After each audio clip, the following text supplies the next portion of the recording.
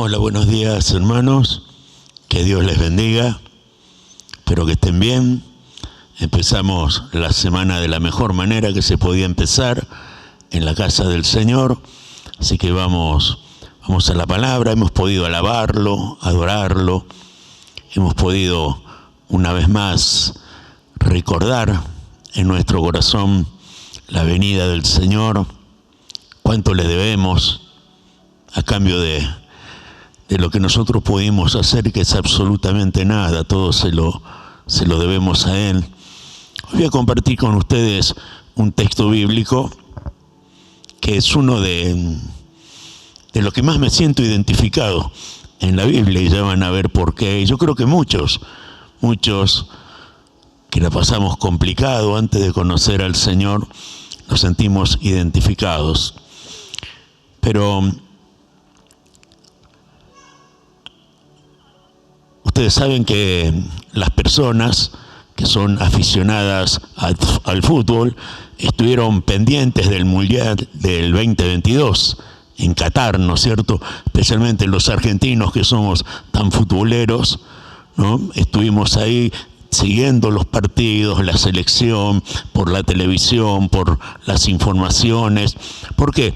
Porque los jugadores seleccionados para una selección nacional son los escogidos entre los mejores en su posición, en su condición física, los más habilidosos, los más rápidos, los más fuertes, ¿no? Tienen que pasar por todas esas pruebas para poder ser verdaderamente seleccionados.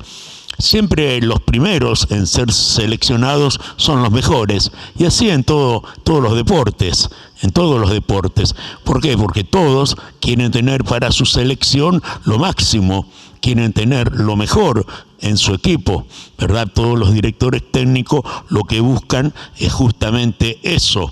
Ahora, hay una sola persona en el mundo que para su equipo ha seleccionado a los que nadie daba nada por ellos, a los que nadie quería, ¿sí? A los que nadie quería.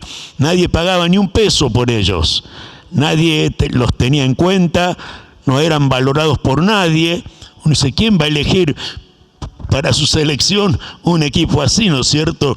Y este es el texto bíblico que les decía que me siento identificado. Primera de Corintios 1, 26 al 29, vamos a ver la selección del Señor Jesucristo. La selección del Señor Jesucristo. 1, 26 al 29.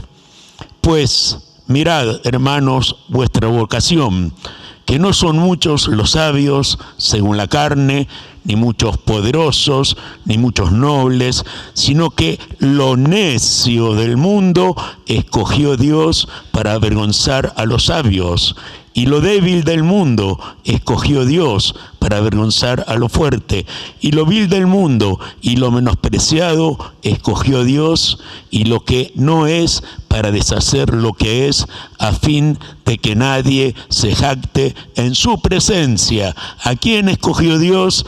A lo necio, a lo débil, a lo vil, a lo menospreciado. ¡Qué selección!, ¿no? ¡Qué selección! Entre los seleccionados de Jesús vemos que no están los mejores, ni siquiera los más buenos, ¿sí? Ni los más hábiles, ni los más inteligentes, ni los que tenían mayor capacidad para poder llevar adelante el plan, el programa de vida que había para ellos, ¿no es cierto? Entonces la pregunta es, ¿por qué seleccionó Dios a lo vil del mundo? Y lo primero que vemos en respuesta, en el verso 29, dice, a fin de que nadie se jacte en su presencia. O sea, los equipos de fútbol o cualquier equipo que está en competencia internacional normalmente son los que compran a los mejores jugadores del mundo, y cuando estos jugadores no son titulares, cuando estos jugadores están en el banco de suplente, ellos se molestan, ellos reclaman a sus entrenadores. ¿Por qué? ¿Por qué siendo tan buenos van al banco de suplentes? ¿Por qué siendo los mejores no son tenidos en cuenta? ¿No es cierto? No tienen nuevas oportunidades. Por eso es que de nosotros, de los escogidos por el Señor, nadie puede jactarse ante Dios. Nadie puede jactarse ante el Señor. No somos los más inteligentes, los más fuertes, los más sabios, los más hábiles. Y entonces vemos que Dios no nos escogió por nuestras fortalezas. Él no nos escogió por nuestras destrezas. Él no nos escogió justamente por nuestra perfección. Más allá que en las iglesias hay grandes profesionales, hombres muy capacitados, con muchos estudios y preparados, también tenemos que reconocer que la mayoría, la gran mayoría, ¿sí?, hay muchas personas rescatadas en la miseria bio, psico, social y aún espiritual, ¿no es cierto? Es muy difícil o prácticamente imposible que alguien cobre una herencia y venga a la iglesia a dar gracias a Dios, ¿no es cierto?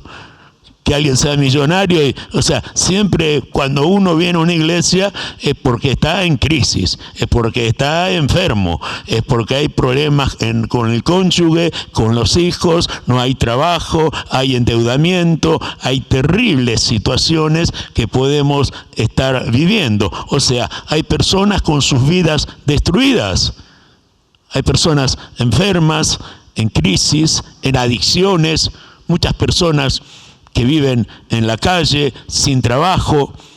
Inclusive muchas personas llegan a la iglesia ya sin ganas de vivir, ya perdieron la esperanza de todo, ya no tienen más que esperar, que confiar, que poder hacer para salir de ese pozo en el que se encuentran.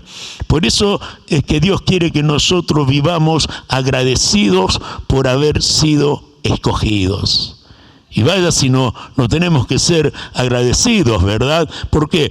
Porque a pesar de todos nuestros defectos, de nuestras debilidades, de nuestros pecados, de nuestros vicios y aún de nuestros fracasos, ¿sí?, el Señor nos rescató, el Señor nos llamó, el Señor nos escogió.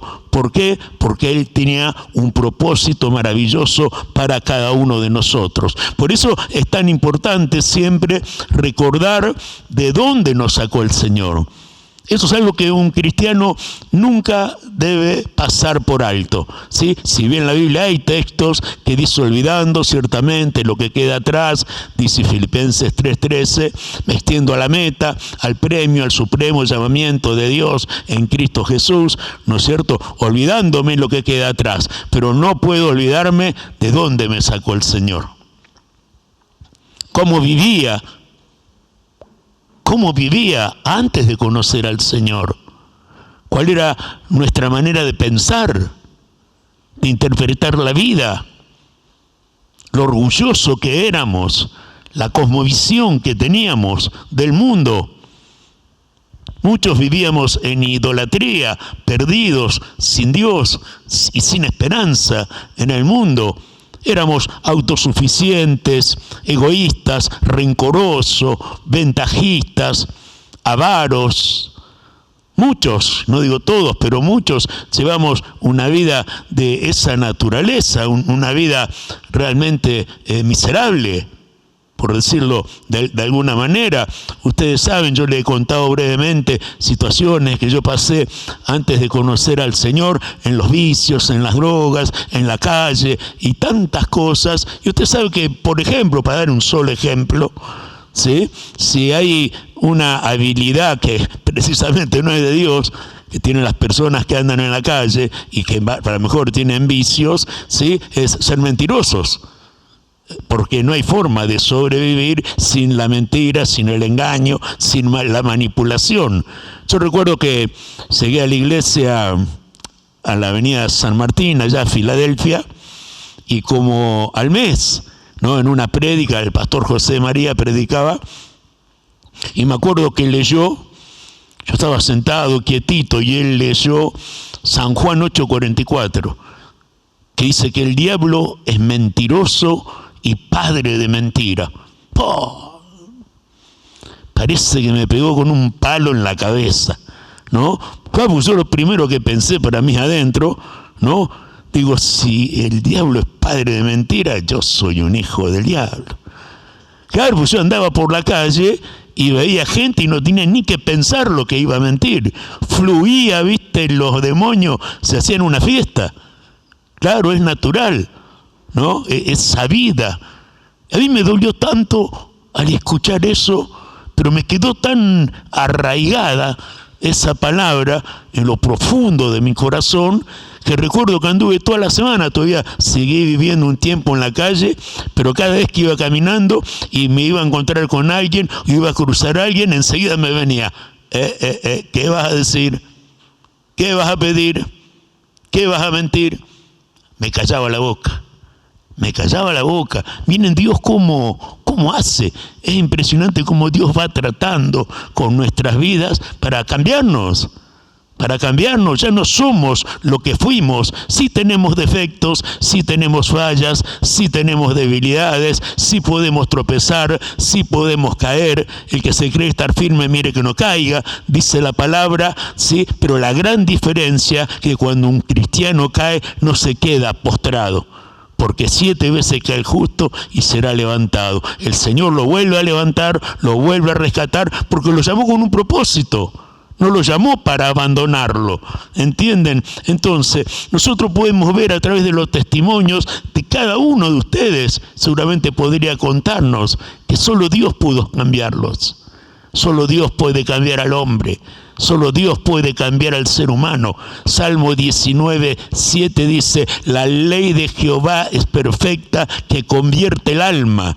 El único que puede cambiar la vida de una persona es la palabra de Dios. Que puede convertir nuestra alma es la palabra de Dios, inspirada por el Espíritu Santo. Por eso es que tenemos que valorar el precio que pagó Jesús. Su amor incondicional por nosotros. Él nos amaba cuando nosotros éramos miserables pecadores. Romanos 5:8, siendo aún pecadores, Cristo murió por nosotros. Aún, dice, ¿no? Aún, para que no se nos olvide. Tenemos que valorar la comprensión infinita del corazón del Señor hacia nosotros. ¿Cómo nos entiende? ¿Cómo nos comprende? ¿Cómo sabe nuestro pensamiento, nuestra tristeza, nuestro dolor, nuestra angustia, nuestros anhelos, nuestros sueños? Y muchas veces ustedes seguramente tendrán testimonio de haber pensado, haber deseado cosas y después se da. Después el Señor te lo da. Yo recuerdo una oportunidad, estaba en Comodoro Rivadavia, o sea, como un año que estaba, había estado todo el día viajando, llegamos tarde a la noche, me iba al departamento donde paraba y tenía un hambre que no veía, ¿no? Y estaba en el 3er piso del departamento, así que voy caminando por la escalera a las 12 de la noche que iba a comprar, un barrio bien humilde, mucha delincuencia, y voy caminando por la escalera y siento un olor hacia a bife, ¿no? Que salía de una puerta. Y pensé nada más, qué rico comerme un churrasco de cuadril con una ensalada, pensé, ¿no? Y bueno, subí ahí, puse la pava porque lo único que tenía era mate cocido. Ahora pasó 10 minutos, me estoy por servir mate cocido, tocan la puerta. Abro la puerta, una señora, que era la tesorera de la iglesia que vivía en la planta baja. Me dice, yo lo vi cuando venía. Y en una bandeja me traía un churrasco de cuadril con ensalada. Impresionante, yo la verdad que me puse a llorar. Le di gracias y estuve llorando como media hora porque digo, no puede ser que Dios lo que pensé. Lo que pensé, hermano, es simplemente, quizás parezca algo, no un milagro, wow. Pero ahí vemos cómo Dios conoce, ¿no? Y como es del agrado de Él bendecirnos, que Él desea, que Él ama hacer eso, bendecir nuestras vidas. Yo quiero que sean prosperados en todas las cosas y que tengas salud, así como prospera tu alma, dice 3 de Juan, versículo 2. Hermanos, dice 2 de Tesalonicenses 2:13. Pero nosotros debemos dar siempre gracias a Dios respecto a vosotros, hermanos amados por el Señor, de que Dios os haya escogido desde el principio para salvación, mediante la santificación por el Espíritu y la fe en la verdad. Dios nos escogió desde el principio para la salvación. Desde el principio hemos sido elegidos, escogidos para estar en la selección de Jesucristo. ¿Con qué propósito? Salvación. Ustedes saben, lo habrán leído seguramente, yo lo voy a repasar solamente porque es muy largo. En Mateo 22, en los primeros versículos, está la parábola de la fiesta de bodas, ¿no? Y ahí dice que, en el verso 1, 2, dice que el rey hizo una fiesta de bodas para su hijo y envió a sus siervos a llamar a los convidados, a todos los que querían venir invitados, ¿no es cierto? Y en las primeras 2 invitaciones de este rey dice que las personas rechazaban la invitación, ponían excusas, tenían otras prioridades, elegían otras cosas y no quisieron ir. Entonces el rey se enoja y dice: id pues a las salidas de los caminos y llamad a las bodas a cuantos halléis. Y uno se pregunta: ¿y por qué fueron rechazadas las 2 primeras invitaciones? ¿Por qué no quisieron ir a un banquete de bodas? Y la respuesta la tenemos en Mateo 22, 14, que es bien significativo, porque dice: porque muchos son llamados, pero pocos los escogidos. Muchos son llamados, a muchos les predicamos, a muchos les testificamos, muchos escuchan prédicas, muchos ven la televisión y escuchan sermones, alabanzas, adoración. Muchos son llamados por el Señor, pero no todos se convierten genuinamente. Hay personas que vienen 1, 2, 3 veces, varias veces y se van. Otras que vienen porque tienen una necesidad, como lo seguían a Jesús por el pan, ¿no? Pero una vez que reciben la bendición, la sanidad o consiguen el trabajo que le pedían a Dios, después no vienen más, ¿no? O sea, no perseveran, no hay una disposición. Por eso el Señor dice: este pueblo de labios me honra, pero su corazón está lejos de mí, ¿no? Por eso es fundamental la conversión genuina, consagrarse al Señor, aceptarlo, entender lo que significa ser un hijo de Dios, la identidad que tenemos, o sea, de dónde venimos. Tenemos la naturaleza divina. ¿Quiénes somos? Hijos de Dios. ¿A dónde vamos? ¿Cuál es nuestro destino eterno? Ahí ocurre el nuevo nacimiento. Ahí la regeneración. Ahí, hermanos, somos sellados por el Espíritu Santo de la promesa para el día de la redención. Por eso, hermanos, el propósito de la elección del Señor, a pesar de todo nuestro pasado, lo tenemos en San Juan 15, 16. Un versículo maravilloso, revelador del amor de Dios. San Juan 15, verso 16. Dice: no me elegiste vosotros a mí. Empieza parando, ¿no? Un poco, no te confundas, no fuiste vos el que me elegiste a mí, sino que yo os elegí a vosotros y os he puesto para que vayáis y llevéis fruto. ¿Para qué, Señor? Para que además de llevar fruto, vuestro fruto permanezca, Señor. ¿Y para qué quiere que lleve fruto? ¿Para qué quiere que mi fruto permanezca? Para que todo lo que pidiereis al Padre en mi nombre, Él os lo dé. Miren cuál es el propósito de habernos elegido.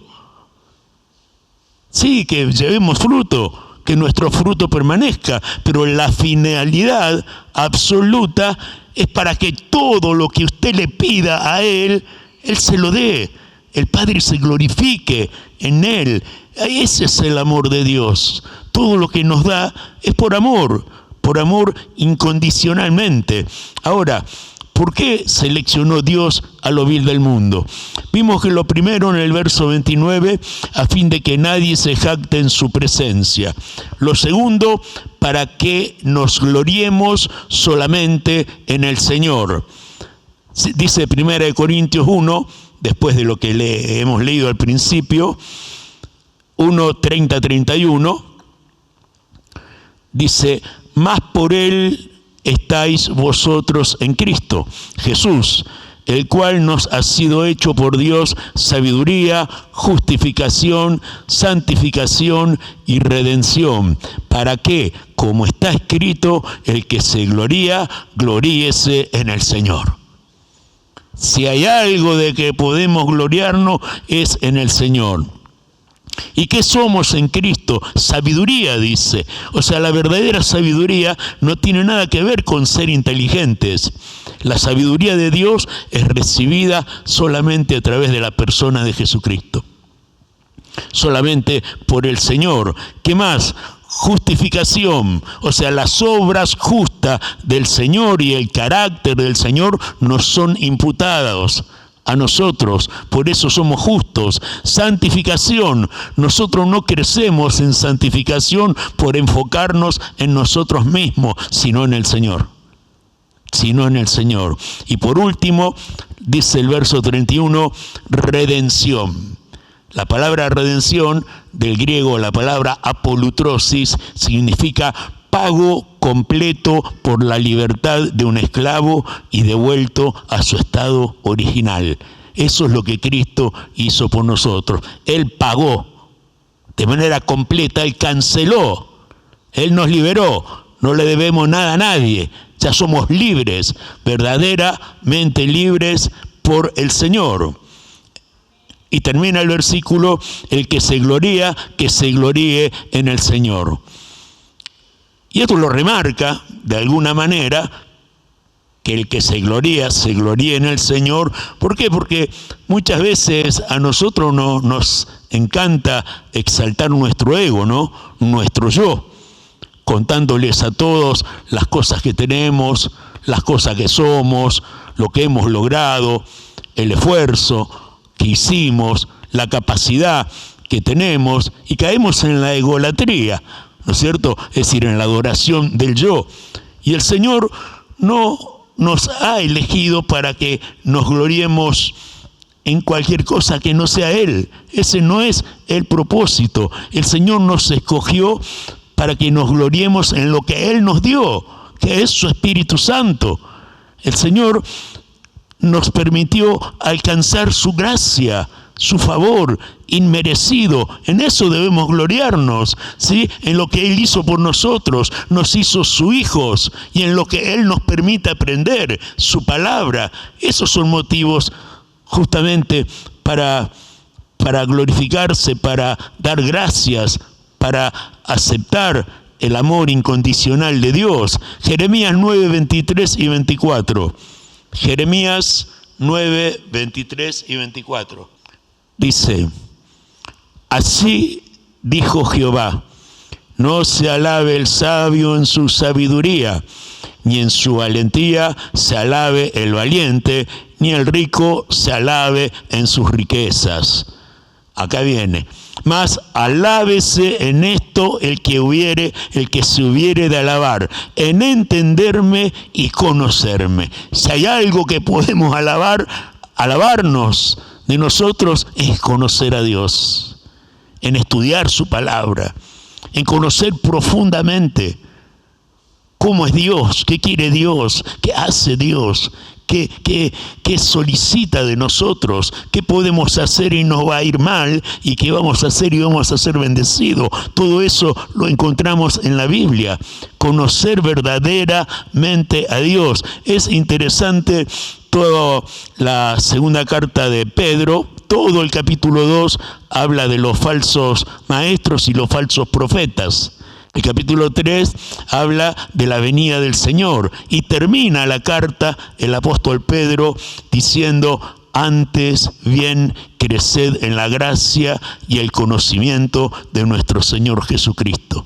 A Él sea la gloria y la honra por los siglos de los siglos. Antes que toda otra prioridad que podemos tener en nuestra vida es conocer a Dios, conocerlo de verdad, como Él quiere que los conozcamos, ¿verdad? Entonces, hermanos, si la salvación fuera por obras, muchos se jactarían de la salvación, ¿verdad? Pero pierda cuidado que ninguno de nosotros va a llegar al cielo sacando pecho, diciendo, yo estoy acá porque fui bueno, yo estoy acá porque fui generoso, yo estoy acá porque daba limosna, yo estoy acá porque nunca hacía nada malo. No, absolutamente. Muchos se jactarían, pero dice Efesios 2, 8 y 9, por gracia sois salvos por medio de la fe, y esto no de vosotros, pues es don de Dios, no por obras, para que nadie se gloríe. Es gracia, es un favor inmerecido. ¿Qué es la gracia de Dios? Una vez escuché a un pastor decir, la gracia de Dios es el mismo Señor Jesucristo. El regalo inmerecido. Esa es la gracia de Dios. Entonces, ¿cómo, hermanos, somos salvos por gracia, por misericordia, por amor? Por amor Él sufrió los azotes, la corona de espina, la cruz. ¿Cómo no gloriarnos en el Señor? ¿Cómo no gloriarnos en el Señor? Y la pregunta también puede quedar ahí, ¿no? Una pregunta que alguien se puede hacer, pero entonces nosotros no hicimos nada. Todo lo hizo el Señor. Nosotros no hicimos nada. O sea, la salvación y la gracia es por Jesús. Sí, la salvación, la gracia es por Jesús. Pero nosotros, como buenos seleccionados, tenemos que también transpirar la camiseta. Nosotros tenemos que esforzarnos, tenemos que poner voluntad, tenemos que orar, venir a la iglesia, caminar en obediencia, vivir en fe, en esperanza, pelear la buena batalla de la fe, tener una visión de superación ante la adversidad, siempre confiando en el Señor, que Él es poderoso para hacer mucho más abundantemente de lo que pedimos y entendemos, según el poder que actúa en nosotros, hermano. Por eso, con todo eso y con la ayuda de Dios, pero con disposición del corazón, siempre fundamental, tener un corazón dispuesto. Muchas veces, yo hablo cantidad de veces, bueno, y en 20 años voy a saber cuántas, ¿no? Hablé con personas que querían salir de consumir drogas, y vos, mirá, le puede dar todos los seminarios, todos los estudios, todo lo que vos quieras, pero la pregunta final que te hacen todas las madres, los padres, pero concretamente, ¿qué es? A ver, una palabra, algo que... Y siempre yo termino, puedo estar 10 horas hablando de la problemática del consumo en prevención, en capacitación y todo lo demás, pero la clave, ¿sabés cuál es? La disposición del corazón. Yo no puedo. Me supera, es más fuerte que yo, es algo espiritual, pero uno al menos tiene que tener disposición del corazón. Señor, no puedo, esto me vence, esto me supera, me siento débil, no soy capaz, porque justamente la sustancia, ¿no? te gana el control de la propia voluntad. Pero cuando reconocemos ante Dios nuestra debilidad, su poder se perfecciona. Ahí el Señor hace la obra, ¿no? Y para todas las cosas de la vida, yo creo que la disposición del corazón es muy importante. Entonces, hermanos, para ir redondeando, somos el seleccionado mundial de Jesucristo, y Él es el Rey del universo. Él es el Rey del universo. Nosotros no recibiremos una copa de campeones mundiales entregada por los hombres, pero dice 2 Timoteo 4:8 que nosotros recibiremos la corona de justicia que Dios ha prometido a los que le aman. ¿Sí? Nosotros recibiremos, Apocalipsis 3:20, la corona de vida sé fiel hasta la muerte y yo te daré la corona de vida. ¿Sí? Y por último, Primera de Pedro 5:4 dice, y cuando aparezca el príncipe de los pastores, vosotros recibiréis la corona incorruptible de gloria. Cuando venga el Señor, recibiremos la corona incorruptible de gloria. Esa es la corona para cada uno que integra la selección de Jesús, que son cada uno de ustedes, hermanos, que somos cada uno de nosotros, que es el pueblo de Dios, el pueblo escogido por Dios. Entonces, los jugadores de fútbol, ¿sí?, fueron escogidos para representar a su país, pero nosotros fuimos escogidos para representar al amo y al Señor del universo, al Señor Jesucristo. Para eso fuimos escogidos, por eso somos embajadores de Cristo. Somos sus representantes aquí en la tierra.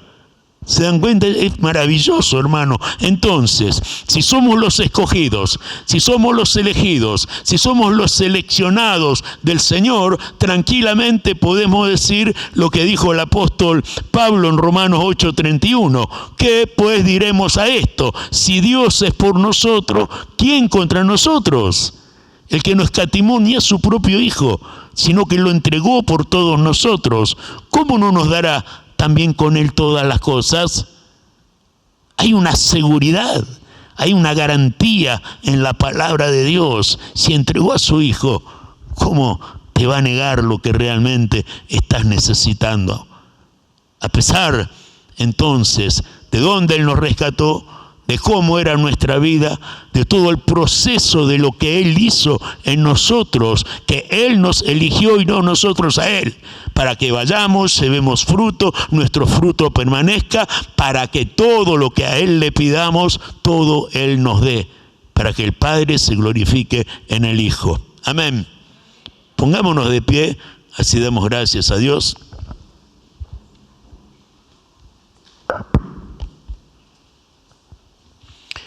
Padre, en el nombre de Jesús, te damos gracias. Gracias, Dios, por tu palabra. Gracias por tu fidelidad, por tu amor. Gracias, Dios, porque tú nos muestras tantas cosas, Señor.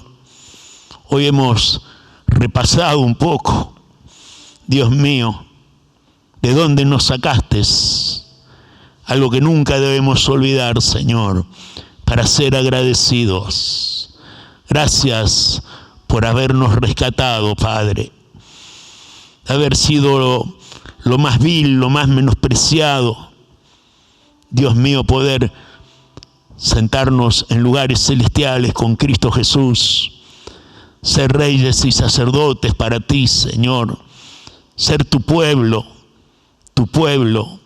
linaje escogido, real sacerdocio, nación santa, pueblo escogido por Dios para anunciar las virtudes de aquel que nos llamó de las tinieblas a tu luz admirable. Hoy tener, Dios, la revelación de tu palabra. Hoy tener, Señor, a tu Santo Espíritu morando en nosotros, Señor. Padre, tú has transformado nuestras vidas, Señor. Dios, tú sigues en ese proceso, porque tú empezaste la buena obra y la vas a perfeccionar hasta el día de Jesucristo, Señor. Confiamos, Dios. Confiamos que un día te veremos tal cual eres, Señor. Confiamos, Señor, que un día estaremos todos, Señor, toda tu iglesia, con vestiduras blancas y palmas en las manos, cantando y alabando al Santo, al que vive eternamente y para siempre, Señor.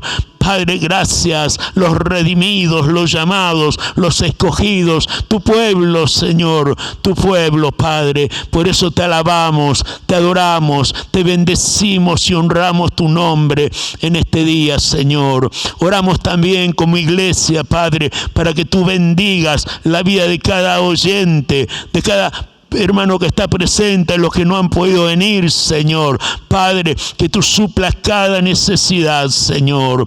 Oramos por los enfermos, Padre, que tu mano de poder y de gloria sea sobre ellos, Señor, trayendo sanidad divina a sus cuerpos, Señor. Oramos, Padre, por los necesitados, los endeudados, Señor. Oramos por los que están en crisis en sus matrimonios, problemas con sus hijos, en el hogar, Señor. Tantas necesidades, Dios, pero tú eres nuestro Dios que suple cada necesidad conforme a tus riquezas en gloria en Cristo Jesús, Señor. Padre Santo, bendigo a mis hermanos, a mis hermanas, aún bendigo a sus familias que están en sus hogares, a los que no han podido venir, Señor, y a cada persona que nos escucha, Padre, en el nombre de Jesús y para la gloria de tu nombre.